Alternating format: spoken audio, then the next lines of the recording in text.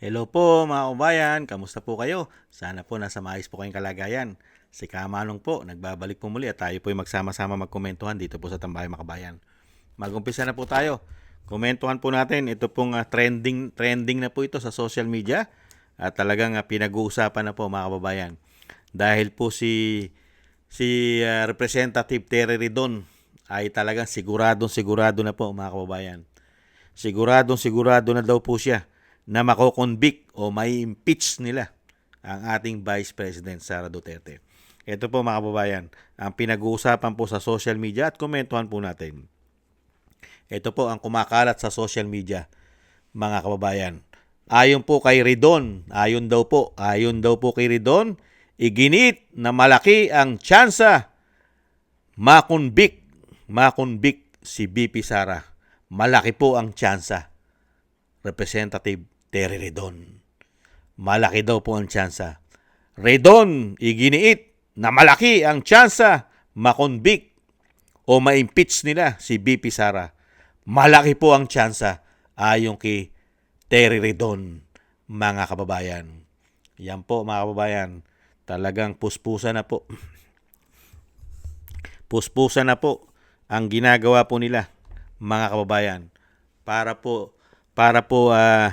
you know, itanim sa utak ng mga Pilipino na may impeach nila ang Vice President.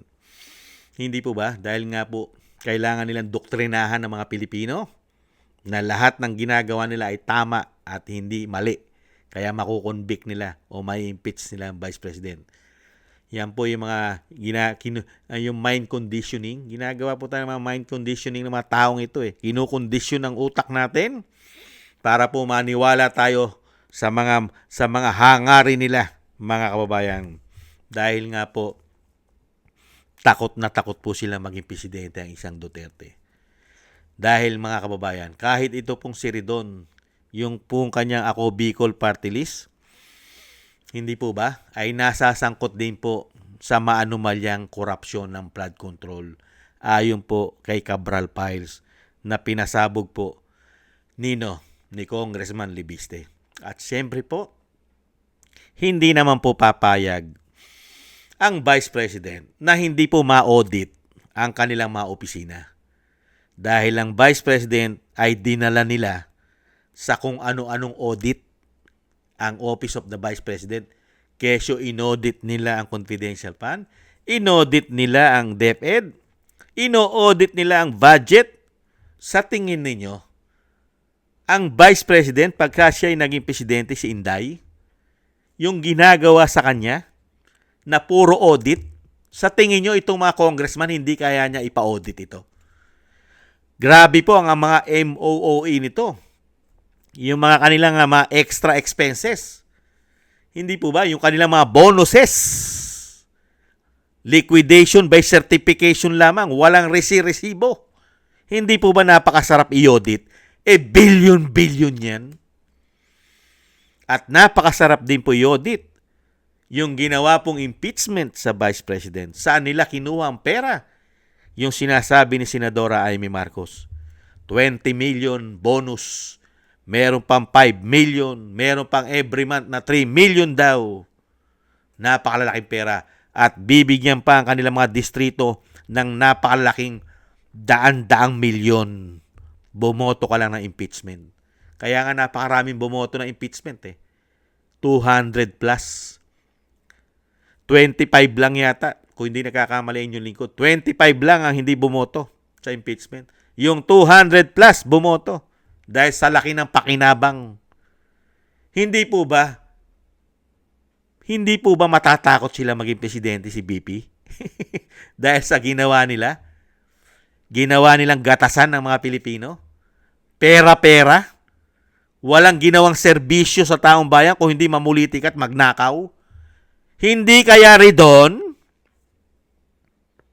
Saka isa pa mga kababayan, paano mo i-impeach ang Vice President? Ang mag-i-impeach hindi naman si Ridon. Hindi naman po ang Kamara mag-i-impeach at magkukonvict sa Vice President.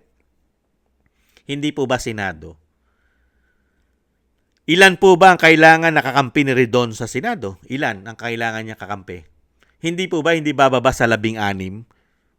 Kailangan niya makuha ang 1/3 vote ng senador para makonvict mo ang isang vice president sa gawa-gawa niyong ebidensya di umano. Nahirap nga kayo, pati mga testigo nyo. Di po ba? Mga testigo nyo, kailangan pang pag-aralan nilang mabuti ang kanilang mga gagawin para hindi malito at hindi mabago ang script di umano ng mga testigo nyo. Hindi kaya?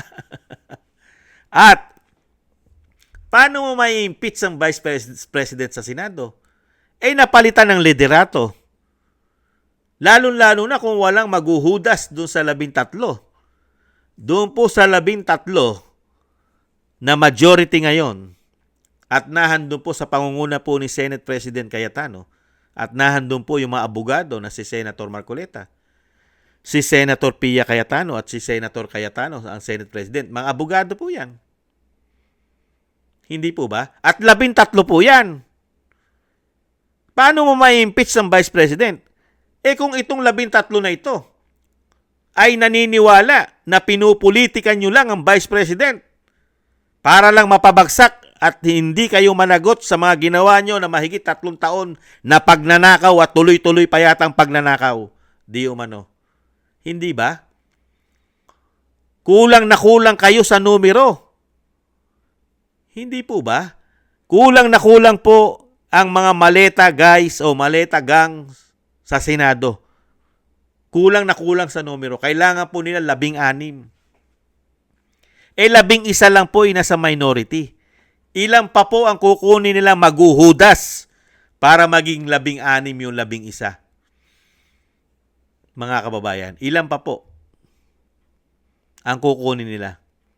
Kukuha pa sila ng 5 senador doon sa 13 para maghudas, mga kababayan. Hindi po ba? Mukha yatang napakahirap noon makakuha ka ng 5 na maghuhudas. Dahil mga kababayan, ang karamihan po mga senador ay babalik pong muli. Dahil matatapos ang kanilang termino sa 2028. At magre-re-election po yan. Re-election po yan, di ba? Tatakbong muli. Re-election ang ibang mga senador dyan. Mga kababayan. Kaya napakahirap po yung sinasabi ni Redon. Mga kababayan, malabo po sa sabaw ng pusit. Dahil mapakahirap makakuha ng 5 senador na maghuhudas sa taong bayan dahil unang-una, ang galit ng taong bayan mapupunta sa kanila at ituturing silang mga hudas. Dahil palibasa, sanay na kayong tawaging hudas at buhaya. Hindi kaya Redon? Sanay na sanay ka ng tawaging hudas, baboy, buhaya. Di umano. Diyan po sa crocodile farm na tinatawag ni Senator o ni Representative Barsaga. Hindi po ba? Nagpapatawa po si Redon, mga kababayan. Nabago po kasi ang ihip ng hangin sa Senado. Nabago. Nawala na po yung mga tuta. Yung nagpapakatuta na nawala sa kapangyarihan ng Senado. Napalitan. Hindi po ba? Kaya nagkaroon po ng parehas na laban si Vice President Sara Duterte sa Senado. Kasi po, sa Kamara, wala po siyang laban doon. Dahil po yung mga nakinabang doon, 200 plus. 300 plus lang po ang congressman kasama mga party list representative. Nakuha mo yung nasa kanila na yung 200 plus, 250 plus. Biruin mo yon. Yung mga nakinabang doon ng mali-maleta at mga insertion at mga allocables, napakarami, mga bonuses. Nakita niyo po karami ng kalaban ni Vice President na mga magnanakaw na politiko di umano sa Kamara. Buti na lang nagkaroon po ng laban-laban. Nagkaroon siya ng laban-laban sa Senado. Kaya po mga kababayan, kung hindi po nila may impeach ang Vice President, ang nakinabang lang po, hindi po tayo. Wala po tayong pakinabang sa impeachment ng Vice President. Ang malaki pong napakinabang ay sila. Dahil ang pera ng taong bayan, pati inuutang yata na trilyon budget sa impeachment ng Vice President, ay hindi naman po napunta kay Juan de la Cruz. Napunta po sa mga politikong nagsabwatan. Sila ang nakinabang at nabigyan ng napamudbudan, napartihan, nabayaran, nabigyan ng bonus. Hindi kaya. Kaya wala po tayong pakinabang sa impeachment ng Vice President. Kahit hindi nila ma-impeach ang Vice President, nagkapera na po silang lahat, di umano. Pero pag na-impeach nila ang Vice President, tuloy-tuloy pa rin ang pakinabang at ang kanilang itinatagong bahong korupsyon, maabsuelto pa. Hindi po ba? Ang magiging talo lang nila sa huli, mga kababayan, maging Pangulo, si BP Sara. Yun po ang bangungot nila. Yun po ang pinakatalo nila. Hindi nila ma-impeach at wala pang 2028, nakinabang po sila. Pero ang damdamin at puso nila at isip, natataranta na po yan pag naging presidente ang isang Duterte. Hindi kaya? Aridon, una-una may history ka. Hindi ba sinibakan ni dating Pangulong Duterte? Binigyan ka na isang departamento. Di po ba? Ano ginawa mo? Di po ba? Kabago-bago mo pa lang sa departamento mo, wala kang ginawa kung hindi magta-travel, puro gastos.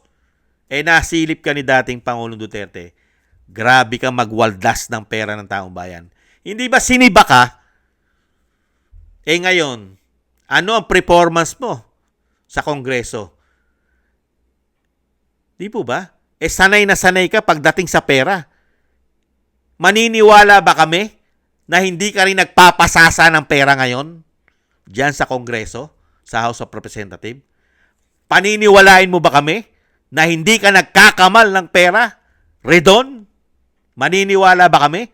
Samantalang nung panahon ni dating Pangulong Duterte, silaw ka na sa pera, di umano? Kaya ka nga nasibak? Hindi kaya?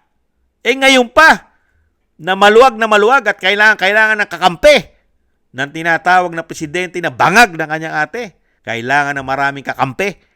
Ngayon ka pa ba hindi magkakapera at masilaw sa pera at pakinabang? Nagtatanong lang po. Hindi naman masama magtanong kay Redon dahil po may record na siya pagdating sa pera. Mahina po siya sa pera. Mahina po ang kanyang pangpigil pagdating sa pera. Hindi kaya? Mga kababayan, kaya po malabo po sa sabaw ng pusit hanggang hindi sila nakakakuha ng 5 senador para maging 16 ang sinasabi pong grupo ng mga maleta. Hindi po nila may impeach ang Vice President. Real talk. Never. Kailangan po nila at least 16 na senador na mga hudas sa ating bansa. Hindi po ba? Kaya po mahihirapan po sila. Maiksi na po kasi ang panahon. Kaya nga po sinusulong nila Di ba? Na balang kasi magtsatsa para lumawig ang kanilang mga posisyon na pornada lang sa Senado dahil napalitan ang liderato. Hindi po ba? Kaya po hindi po ipagkakalob yan. Pagka puro kasamaan ang ginagawa nyo at puro pahirap sa taong bayan, sa tingin nyo, lahat ipagkakalob sa inyo ng Panginoon? Ipagkakalob lahat ang ginawa nyo na kasamaan sa taong bayan na maraming namamatay at naghihirap? Kayo ang papaboran ng Diyos? Malabo kayo sa sabaw ng pusit. May katapusan din kayo. May katapusan po ang lahat. Kahit po si Kamanong hindi mananatili sa mundong ito ng habang panahon. Lahat tayo. Kaya lang masakit, mga kababayan, itong mga politiko na nagnakaw sa ating bansa, saan kaya pupulutin ang mga hayop na yan, mga kababayan? Maraming salamat po sa nagusto po ng ating Tambayang Makabayan sa YouTube at TikTok. At ganun din po sa ating mga subscribers at patuloy po nagsusubscribe. At sa mga nagko-comment, like, share, and subscribe, thank you po. Shoutout po sa inyo lahat. Ingat-ingat po kayo. At ganun din po sa mga nagbibigay po ng tulong at biyaya. Shoutout po kay Eric Hershaw from Canada. Baby Roman at Ate Isa na Cagayan. Annie Jo, Gay at Siena. Tatay Nick from Toronto, Canada. Kay Mila Yi, Jesus Valdepena, Rolando Guerrero, Felipe Shapno from Texas, USA. Rolando Timbol from Alberta, Canada. Ma'am LB and Sir Manny from North Miami, Florida, USA. Melchorita Espinosa from Orlando, Florida, USA. Arthur Starnero from USA. Randy Crispino from Pasig. Mika Legaspi. Tessie Mantilla from Kuwait. Frank Zamora from California, USA. Romulo Divinagracia from Bacolod City, Philippines. Kabayan. Maraming salamat po sa inyo mga kabayan at ingat-ingat po kayo sa inyo mga paggawa. At lagi po sana tayong magdasal at manalangin nang tayo po'y maingatan sa kapamakan. Tis-tis lang po tayo mga kabayan. Paalam. Bye-bye.